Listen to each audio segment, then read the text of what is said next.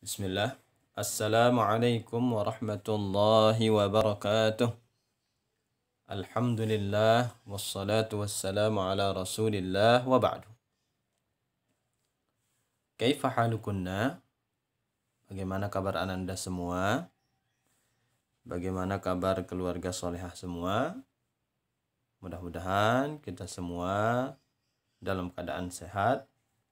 Dan mudah-mudahan kita semua senantiasa dilindungi oleh Allah Subhanahu wa Ta'ala. Kita bersyukur kepada Allah Subhanahu wa Ta'ala atas segala nikmat yang telah diberikan kepada kita. Karena dengan semua nikmat yang Allah berikan kepada kita Ananda Salehah, pada hari ini kita masih bisa melanjutkan pelajaran kita. Alhamdulillah. Dan kewajiban kita Ananda Salehah ketika Allah memberikan kita nikmat adalah bersyukur atas nikmat yang Allah berikan. Minimal dengan kita mengucapkan Alhamdulillah. Ya. Jadi syukurilah semua nikmat yang diberikan kepada kita, karena dengan kita mensyukuri nikmat Allah, berterima kasih kepada Allah, maka Allah berjanji Ananda Salehah akan menambahkan nikmatnya kepada kita. Ya, jangan lupa bersyukur. Nah, Ananda Salehah, hari ini pelajaran kita apa? Nah, hari ini pelajaran kita adalah fikih. Apa tema pembahasan kita hari ini?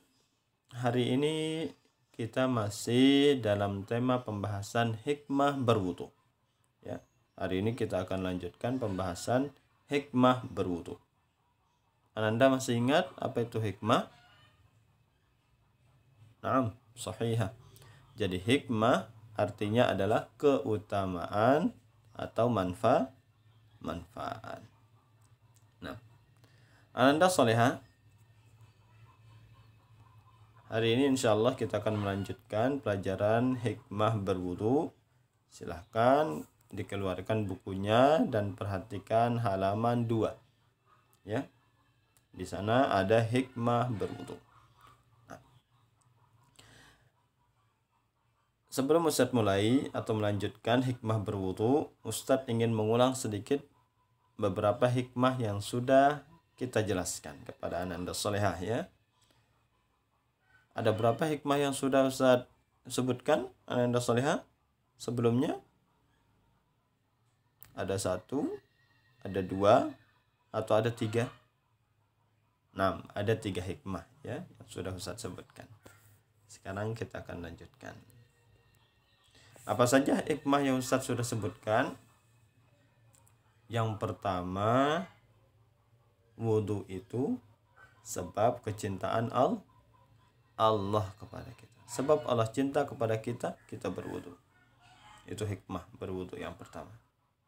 Kemudian yang kedua, hikmah berwudu yang sudah kita sebutkan, bahwa wudu akan menghapus dosa-dosa kita.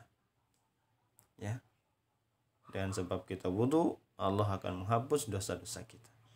Kemudian hikmah yang terakhir yang sudah kita sebutkan, yaitu bahwa dengan wudu itu akan menjadi sebab kita dimasukkan ke dalam surga. Nah, sekarang kita lanjutkan ke hikmah wudu selanjutnya.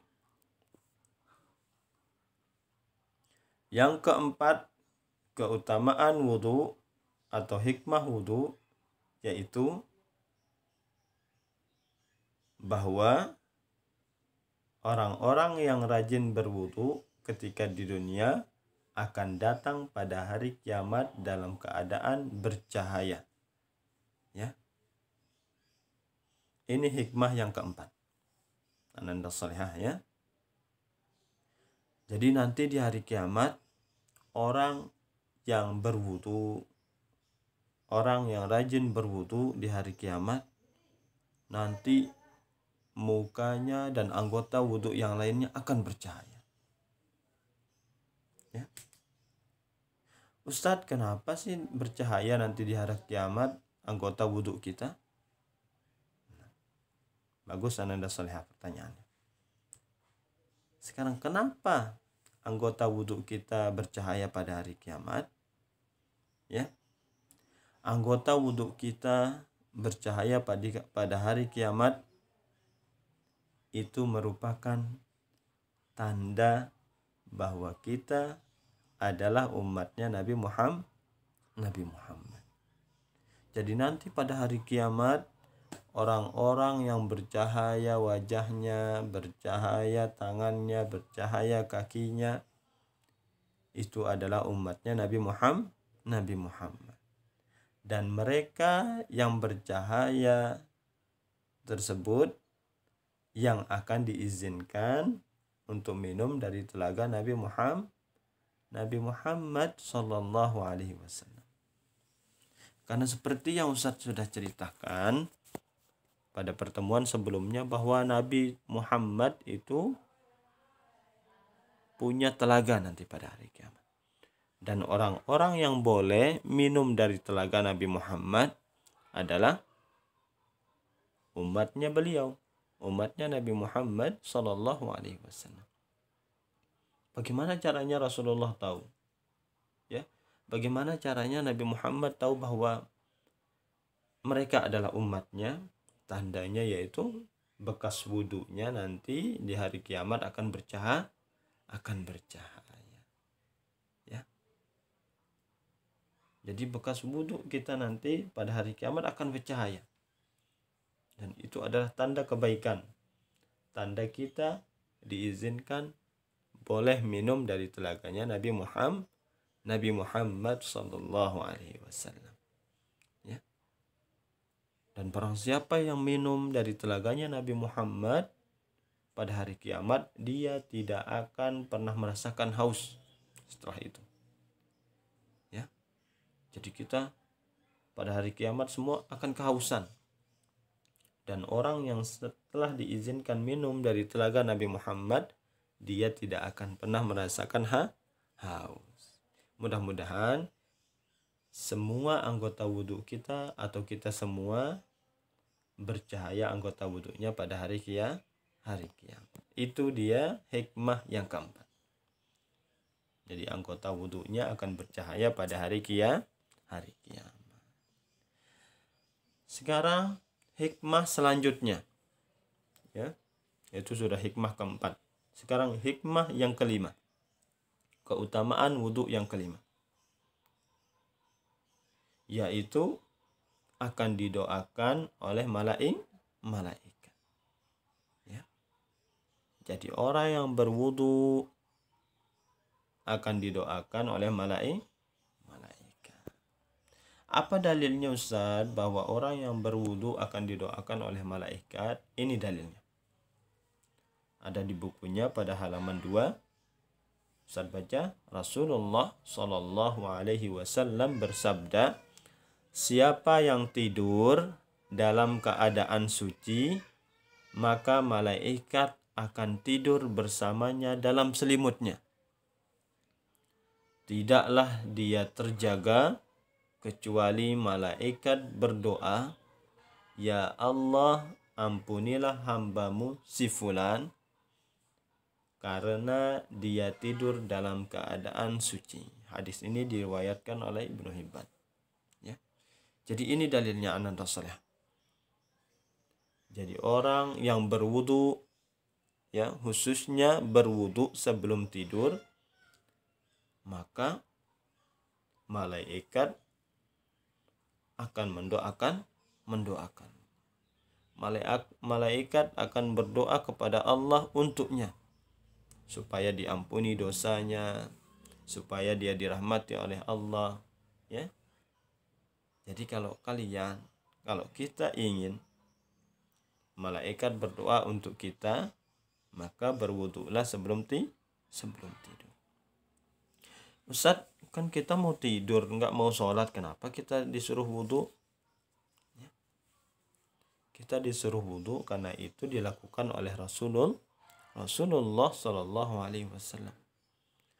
Rasulullah memerintahkan kita kalau mau tidur hendaklah kita berwudhu. Disebutkan dalam hadis yang lain Ananda Salihah bahwa barang siapa yang berwudu sebelum dia tidur, maka malaikat atau Allah akan menitipkan malaikat kepadanya. Ya.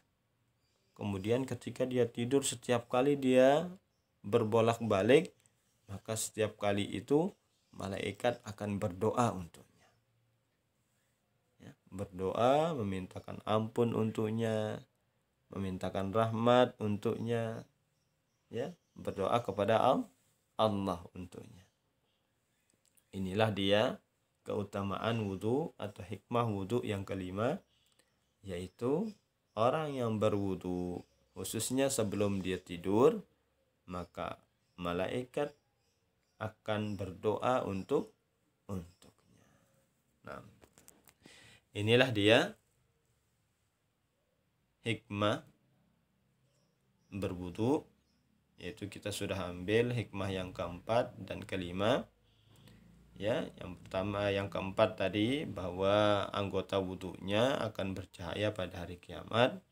Kemudian hikmah yang kelima akan didoakan oleh malaikat. Demikian Ananda Salihah hikmah wudu yang sudah kita pelajari pada hari ini. Mudah-mudahan dengan hikmah wudu ini Ananda Salihah atau kita semua semakin bersemangat, ya, bersemangat untuk berwudu, karena wudu memiliki hikmah yang sangat mulia, keutamaan yang sangat besar. Ya.